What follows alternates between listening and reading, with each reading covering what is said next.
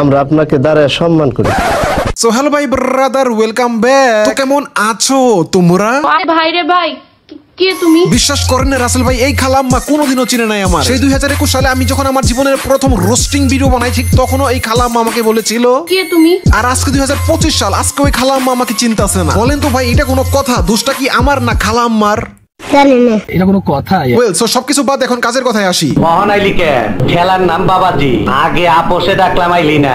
আহা, আরে ডিপজল চাচা এমন কিছু না। আচ্ছা শুনো, অনেকদিন পর যেহেতু ভিডিও বানাচ্ছি, সুতরাং একটু উচিত আমার সবার খোঁজ খবর নেওয়া, কি বলো? তো বলো তো কেমন আছো তোমরা? আশা করছি তোমরা সবাই অনেক অনেক বেশি ভালো আছো এবং আল্লাহর রহমতে তোমাদের দোয়ায় আমিও অনেক অনেক ভালো আছি। তোমরা যখন থেকে আমাকে চিনো, তোমাদের সবার পরিচয় হয়তো তখন শুধু একটাই ছিল, যে তোমরা একটা গেমার। তোমরা জাস্ট একটা গেমার, এর বাইরে তোমাদের অন্য কোনো পরিচয় ছিল বলে আমার মনে হয় না। উফ, মায়ের কি দিন ছিল। কারবারি বরিশাল আর কারবারি নোয়াখালী, কে থাকতো গ্রামে কিংবা কে থাকতো শহরে, কোনো ম্যাটার করতো না। এমন কি কার বয়স 15 কিংবা কার বয়স 25, কোনো ম্যাটার করতো না। জাস্ট যার সাথে যার ভালো গেম প্লে জমতো, তার সাথে সেই স্কোয়াড সারাদিন তার সাথে পড়ে থাকতো গেমে। আর কাস্টম ম্যাচে একবার যদি কেউ কাউকে নক করে লল ইমোট দিয়েছে, তাহলে তো হইলই ভাই। ভারত পাকিস্তানের যুদ্ধকেও হার মানাবে। ওরে বাবা রে বাবা।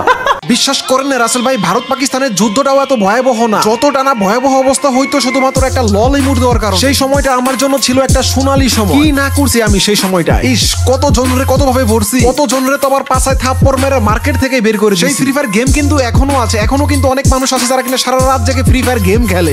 কিন্তু নেই শুধু এখন আমার, শুধু সেই 2019 সাল থেকে